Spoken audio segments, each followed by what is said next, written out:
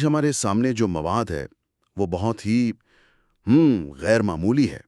یہ صرف 5 سطروں پر مشتمل ایک کہانی ہے، قرآن کی ایک سورت جسے سورۃ الفیل کہتے ہیں۔ جی لیکن ان چند الفاظ میں ایک ایسی مکمل اور ڈرامائی داستان بیان کی گئی ہے جو کسی بھی مہاکاویہ سے کم نہیں۔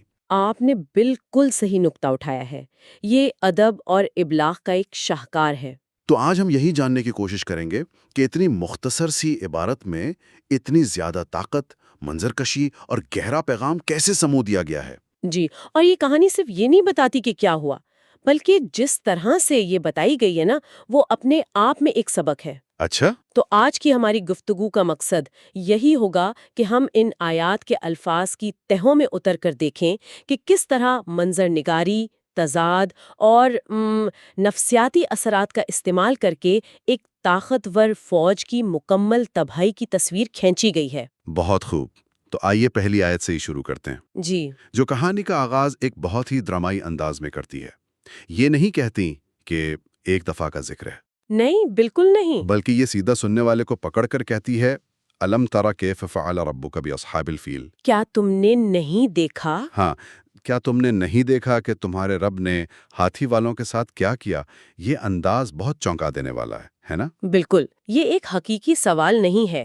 اس کا مقصد جواب لینا نہیں، بلکہ سننے والے کو فوراً کہانی کا حصہ بنا لینا ہے۔ اچھا، تو اسے ایک گواہ بنا دیا جاتا ہے؟ جی، اسے ایک غیر فعال سامع سے ایک گواہ میں تبدیل کر دیتا ہے، اور پھر فوراً ایک پراسرار اور طاقتور گروہ کا تعارف کروایا جاتا ہے، اصحاب الفیل، ہاتھی والے۔ یعنی ہاتھی والے۔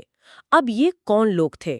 تاریخی ذرائع بتاتے ہیں کہ یہ یمن کا عیسائی حکمران ابراہا کا لشکر تھا، جو کعبہ کی مرکزیت سے حسد کرتا تھا اور اسے تباہ کرنے کے ارادے سے مکہ پر حملہ آور ہوا تھا۔ اور اس نے اپنی فوج میں ایک ہاتھی بھی شامل کیا تھا، جو اس دور کے عرب کے لیے ایک بالکل نئی اور خوفناک چیز ہوگی۔ بہت خوفناک۔ یہ تو ایسا ہی ہے جیسے آج کوئی پیدل فوج کے مقابلے میں ٹینک لے آئے۔ یقیناً، آپ نے بہت اچھی مثال دی۔ ہاتھی صرف ایک جانور نہیں تھا، وہ ایک نفسیاتی ہتھیار تھا۔ وہ طاقت، حجم اور ناقابل شکست ہونے کی علامت تھا۔ عربوں نے اس سے پہلے ایسی کوئی چیز میدان جنگ میں دیکھی ہی نہیں تھی۔ تو جب قرآن ہاتھی والوں کا ذکر کرتا ہے تو وہ صرف ایک لشکر کا نہیں، بلکہ اس دور کی سب سے بڑی فوجی اور ٹیکنالوجی برتری رکھنے والی طاقت کا حوالہ دے رہا ہے۔ صحیح۔ تو پہلی آیت ہی ایک بہت بڑا تناؤ پیدا کر دیتی ہے۔ ایک طرف تمہارا رب ہے اور دوسری طرف یہ دیو ہیکل، ناقابل تسخیر نظر آنے والی طاقت۔ ٹھیک ہے، تو منظر قائم ہو چکا ہے، ایک سپر پاور اپنے شوق نو حملے کے لیے تیار ہے۔ جی، لیکن دوسری آیت فوراً ہی اس پوری طاقت کی بنیاد ہلا دیتی ہے۔ وہ کہتی ہے، الم یجعل کیدہم فی تضلیل۔ کیا اس نے ان کی چال کو ناکام نہیں بنا دیا؟ اور یہاں بھی وہی سوالیہ انداز ہے۔ جی، جو پہلی آیت کی بات کو مزید پکا کرتا ہے۔ اور یہاں جو الفاظ چنے گئے ہیں نا، وہ انتہائی دلچسپ ہیں۔ لفظ منصوبہ یا حملہ استعمال نہیں ہوا، بلکہ قید کا لفظ استعمال ہوا ہے۔ جی، قید۔ اور اس کا مطلب صرف ایک منصوبہ نہیں ہوتا، بلکہ اس میں ایک خفیہ، گہری اور بدنیتی پر مبنی سازش کا پہلو شامل ہوتا ہے۔ اچھا، تو یہ ایک عام جنگی منصوبہ نہیں تھا، بلکہ ایک سازش تھی۔ بالکل، اس سے ان کے ارادوں کی سنگینی کا اندازہ ہوتا ہے۔ وہ صرف ایک شہر فتح نہیں کرنا چاہتے تھے، وہ ایک مقدس مرکز کو تباہ کرنے کی سازش کر رہے تھے۔ جی بالکل۔ اور پھر آیت کہتی ہے کہ اس گہری سازش کو تضلیل میں ڈال دیا گیا۔ تضلیل، اس کا مطلب ہے بھٹکا دینا، گمراہ کر دینا یا بے مقصد بنا دینا۔ یہ تو بہت گہری بات ہے۔ جی، مطلب یہ نہیں کہ ان کی سازش کو روکا گیا، بلکہ اسے مکمل طور پر بے وقت اور بے معنی بنا دیا گیا۔ تصور کریں کہ آپ نے ایک بہت بڑا تیر پوری طاقت سے کمان میں کھینچا ہو، اور جیسے ہی آپ اسے چھوڑیں وہ ہوا میں تحلیل ہو جائے، یا اپنا ہدف ہی بھول جائے۔ ان کی ساری طاقت، ساری منصوبہ بندی اور ساری ذہانت ایک ایسے راستے پر ڈال دی گئی جس کی کوئی منزل ہی نہیں تھی۔ یہ تو شکست سے بھی بدتر ہے۔ شکست میں کم از کم ایک مقابلہ تو ہوتا ہے، یہاں تو ان کے پورے مقصد کو ہی بے معنی کر دیا گیا۔ صحیح۔ اس سے یہ سوال پیدا ہوتا ہے کہ آخر یہ ہوا کیسے؟ اتنی بڑی طاقت، اتنی گہری سازش، اسے کس چیز نے بھٹکا دیا؟ اور یہیں پر کہانی کا سب سے حیران کن موڑ آتا ہے۔ جی، تیسری آیت اس راز سے پردہ اٹھاتی ہے اور ایک ایسا منظر پیش کرتی ہے جو انسانی تصور سے بالاتر ہے۔ وَأَرْسَلَ عَلَيْهِمْ طَيْرًا أَبَابِيلَ اور ان پر پرندوں کے جھنڈ بھیج دیے۔ یہاں رک کر ذرا اس منظر کا تصور کریں، زمین پر ایک دیو ہیکل ہاتھی اور فولاد میں لپٹی ایک فوج، جی، اور ان کا مقابلہ کرنے کے لیے کوئی دوسری فوج نہیں آتی بلکہ آسمان سے پرندے آتے ہیں۔ یہ ایک ناقابل یقین تضاد ہے۔ بہت بڑا۔ ایک عظیم الشان زمینی طاقت کا مقابلہ ایک فضائی قوت سے ہو رہا ہے، اور وہ بھی قدرت کی سب سے نازک مخلوقات میں سے ایک۔ تو یہ لفظ ابابیل کا کیا مطلب ہے؟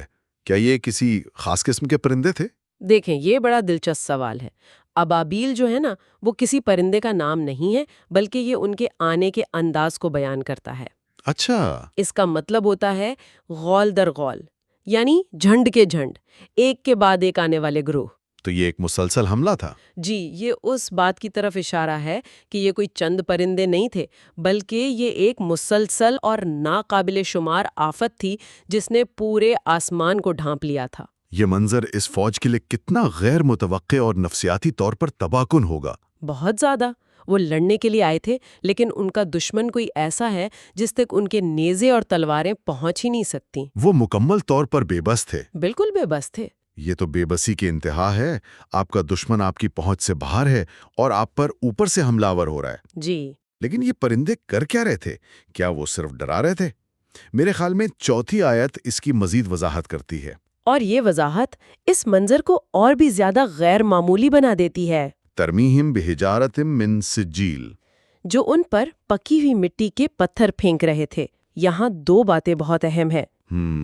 پہلا، ترمیہم، یعنی وہ مسلسل پھینک رہے تھے۔ یہ ایک لمحے کا واقعہ نہیں تھا، بلکہ ایک مسلسل بمباری تھی۔ اور دوسرا؟ اور دوسرا، سجیل، اس سے مراد سخت پکی ہوئی مٹی کی کنکریاں ہیں۔ یہ کوئی بڑے بڑے پتھر نہیں تھے۔ یہ بات تو اس کہانی کو اور بھی طاقتور بنا دیتی ہے۔ جی، ایک طرف ہاتھی جیسا دیو ہیکل جانور اور دوسری طرف چھوٹی چھوٹی کنکریاں۔ یہ تو اے سیمیٹرک وارفیئر، یعنی غیر متناسب جنگ کی انتہا ہے۔ بالکل صحیح اصطلاح استعمال کی آپ نے۔ یہ اس خیال کو جڑ سے اکھاڑ دیتا ہے کہ طاقت کا انحصار ہمیشہ حجم اور ظاہری شکل پر ہوتا ہے۔ اور یہی اس کہانی کا مرکزی نقطہ ہے۔ یہ کہانی یہ ثابت کرتی ہے کہ حقیقی طاقت کا انحصار ہتھیار کے سائز پر نہیں ہوتا، بلکہ اس اختیار پر ہوتا ہے جس کے حکم سے وہ ہتھیار استعمال ہو رہا ہو۔ بالکل۔ یہاں قدرت کی سب سے بڑی اور سب سے چھوٹی چیزوں کو آمنے سامنے کھڑا کر دیا گیا ہے تاکہ یہ واضح کیا جا سکے کہ فتح و شکست کے فیصلے کہیں اور ہوتے ہیں۔ تو یہ کنکریاں محض ایک ذریعہ تھیں؟ جی، اصل قوت تو وہ تھی جس نے انہیں بھیجا اور انہیں ہدف تک پہنچایا۔ تو اس مسلسل اور غیر معمولی بمباری کا انجام کیا ہوا؟ اس سب کے بعد اس عظیم لشکر کا کیا بنا؟ آخری اور 5ویں آیت اس کہانی کو ایک ایسے انجام تک پہنچاتی ہے جو انتہائی بھیانک اور سبق آموز ہے۔ فَجَعَلَهُمْ كَعَصْفٍ مَأْكُولٍ، بس انہیں کھائے ہوئے بھوسے کی طرح کر دیا۔ یہ کیا ہی طاقتور تشبیہ ہے۔ یہ تشبیہ اس سورت کا کلائمیکس ہے۔ اس کو سمجھنے کے لیے عصف مقول کے الفاظ کو الگ الگ دیکھتے ہیں۔ ٹھیک ہے۔ عصف کا مطلب ہے بھوسا، کھیتی کے سوکھے پتے یا وہ باقیات جو فصل کاٹنے کے بعد بچ جاتی ہیں۔ اور مقول کا مطلب ہے کھایا ہوا۔ جی، تو عصف معقول کا مطلب ہوا جانوروں کا چبایا ہوا روندا ہوا بھوسا۔ ایک ایسی چیز جس کی نہ کوئی شکل بچی ہو، نہ کوئی حیثیت اور نہ ہی کوئی قیمت۔ بالکل۔ یہ ایک دل دہلا دینے والی تصویر ہے۔ ایک فوج جو اپنے غرور اور طاقت کی علامت ہاتھی کے ساتھ آئی تھی، اس کا انجام یہ ہوا کہ وہ جانوروں کے چبائے ہوئے چارے کی طرح ہو گئی۔ جی، یہ صرف موت یا شکست نہیں ہے، یہ مکمل طور پر بے وقت اور بے حیثیت ہو جانے کی علامت ہے۔ ان کی ہستی ہی مٹا دی گئی۔ ہاں۔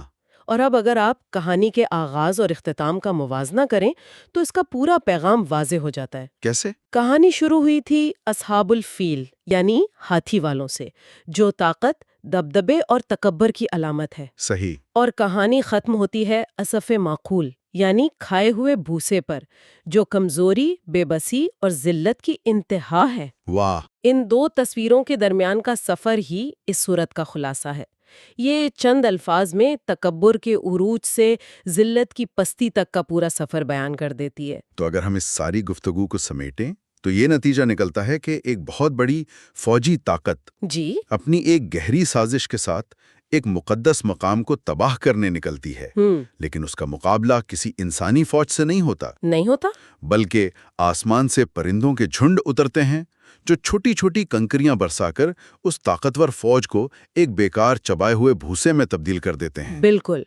اس کہانی کی اصل طاقت اس کے بیان کرنے کے انداز، اس کے تضادات اور اس کی منظر کشی میں ہے۔ جی ہاں، اور آخر میں سامعین کے لیے سوچنے کے لیے ایک نکتہ چھوڑتے ہیں۔ ضرور۔ غور کریں کہ ان 5 آیات میں حملہ آوروں کے محروکات، ان کی تاریخ یا ان کے رہنما کے نام پر کوئی وقت صرف نہیں کیا گیا۔ یہ بہت دلچسپ بات ہے۔ کہانی اس کیوں میں دلچسپی نہیں رکھتی کہ وہ کیوں حملہ کر رہے تھے۔ اس کا پورا فوکس اس کیسے پر ہے کہ ان کی طاقت کو کیسے توڑا گیا۔ اور کیا ان کا انجام ہوا؟ جی، کہانی انسانی ارادوں اور منصوبوں کو پس پشت ڈال کر صرف خدائی مداخلت اور اس کے نتیجے پر توجہ مرکوز کرتی ہے۔ بالکل، اور یہ ہمیں ایک گہرا سوال سوچنے پر مجبور کرتا ہے۔ وہ کیا ہم اپنی زندگیوں میں یا عالمی واقعات کو دیکھتے ہوئے اکثر انسانی منصوبوں، طاقت کے توازن اور ظاہری ہاتھیوں پر ہی توجہ مرکوز رکھتے ہیں؟ یہ کہانی ہمیں دعوت دیتی ہے کہ ہم ان غیر متوقع اور بظاہر چھوٹی نظر آنے والی قوتوں کو بھی مد نظر رکھیں جو پورے منظرنامے کو تبدیل کرنے کی صلاحیت رکھتی ہیں۔ یہ سوال اٹھاتی ہے کہ اصل طاقت کا سرچشمہ کیا ہے؟ وہ جو نظر آتا ہے یا وہ جو اندیکھے طور پہ کام کرتا ہے؟